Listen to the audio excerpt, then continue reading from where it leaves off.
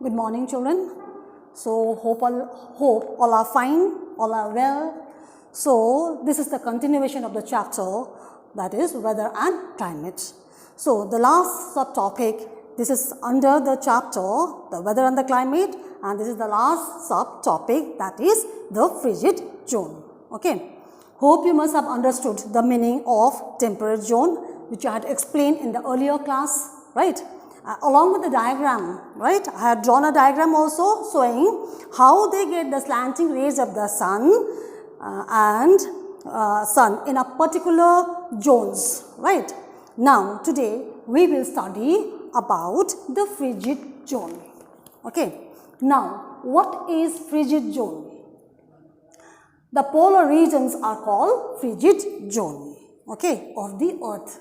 Now, the frigid zones are the coldest regions of the earth, okay, and they are generally covered with snow and ice, right. So, and it receives the slanting rays of the sun as these rays or this region lies far away from the equator. So, this I am going to explain to you along with the diagram, right. Now, see.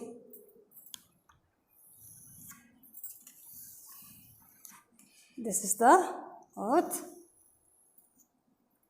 equator,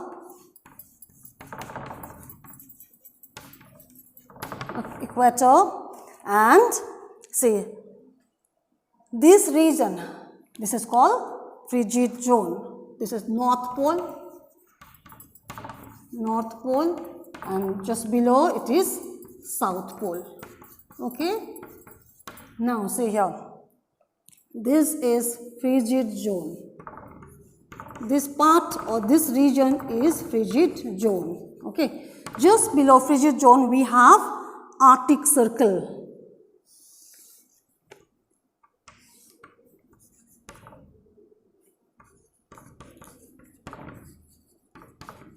That is 66.5 degree north. Okay.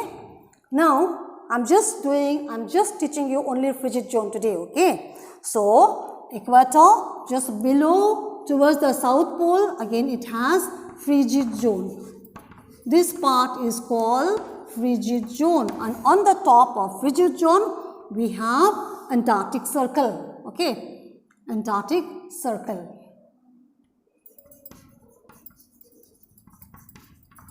Antarctic Circle, that is 66.5 degree south.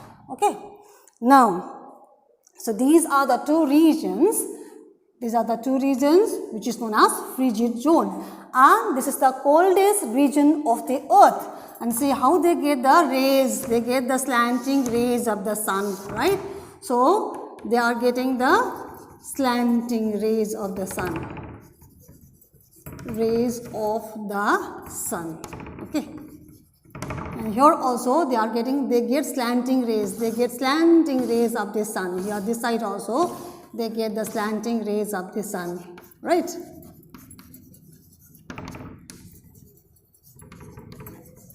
Of the sun. Understood? So they are far away from equator, and so it is very, very cold, right. So this is the diagram which is shown as a frigid zone. Towards the North Pole we have just above Arctic Circle, which is 66.5 degree north. Just above that we have frigid zone, and just below towards the South Pole we have just below Antarctic Circle we have frigid zone. Okay. So this is the picture, this is the diagram shown here. Now these regions hardly get any These regions hardly receive any sunlight for 6 months. Okay. For 6 months they do not get any sunlight, and so they are completely dark. This region is completely dark towards the this area for 6 months. Okay. So they'll have night, and there is a continuous daylight for 6 months. 6 months continuous dark. Continuous darkness for 6 months, okay.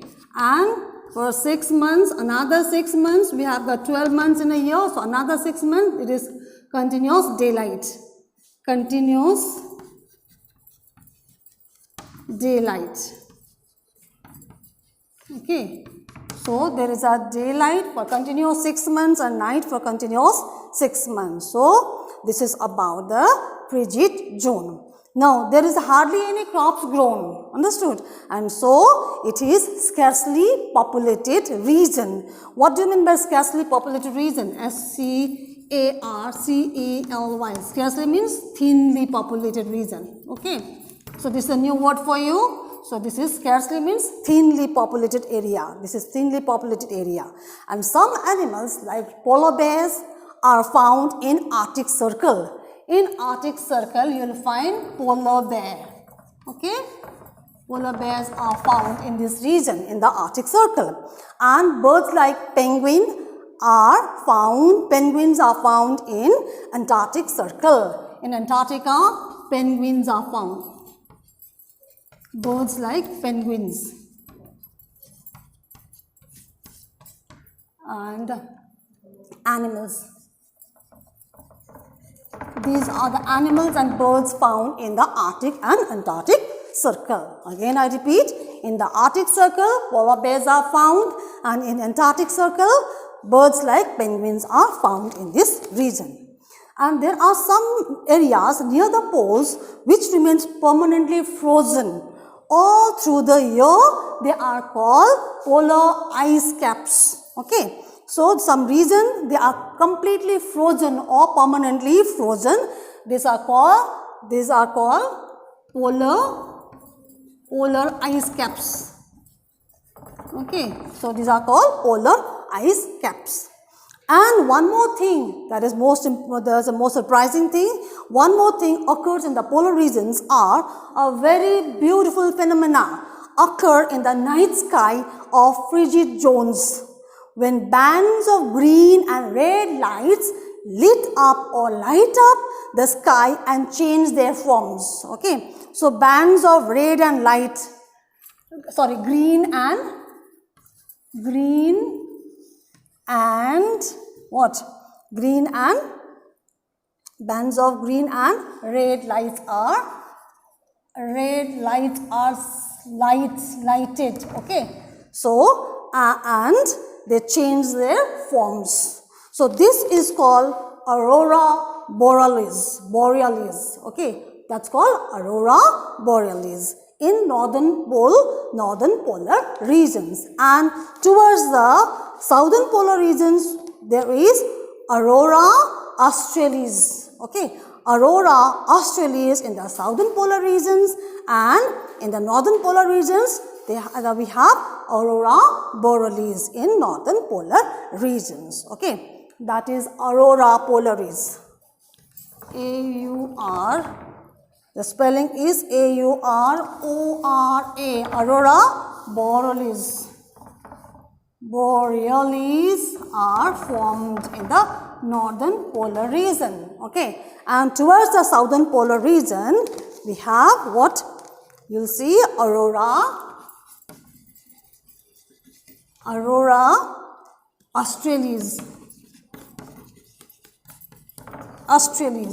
Okay, are found in the southern polar region. In the north, aurora borealis, and towards the south, aurora australis can be seen in the southern polar region. They look very beautiful. So, if possible, I'll try to post the image of this. If I can, I'll post the image of this in the for tomorrow. We have got offline class, so I'll be posting this, and hope it will be helpful for you. It will be clear for you. Understood? So this is all about the frigid zone. It is extremely cold, and the regions are very, very cold. It is covered with ice and snow all over the year.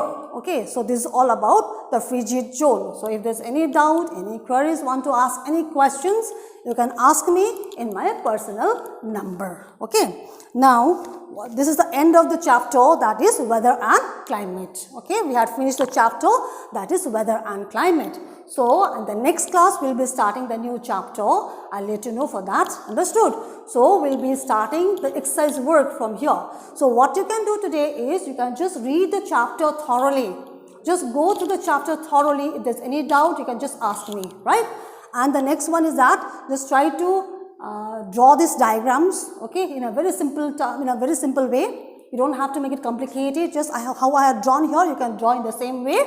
And the next one, see exercise number 1 and 2. Okay, just see exercise number 1 and 2. That is, I think, fill in the blanks or something like that. Okay, or true or false is given there. So whatever is given there, question number 1 and 2, try to attempt that questions. Write the answer in the book. Find the answer in the book and write the answers in your book only. So tomorrow I'll be posting these answers also. So you can check the answer and you can write in your exercise copy neatly. That's all. That's all for today.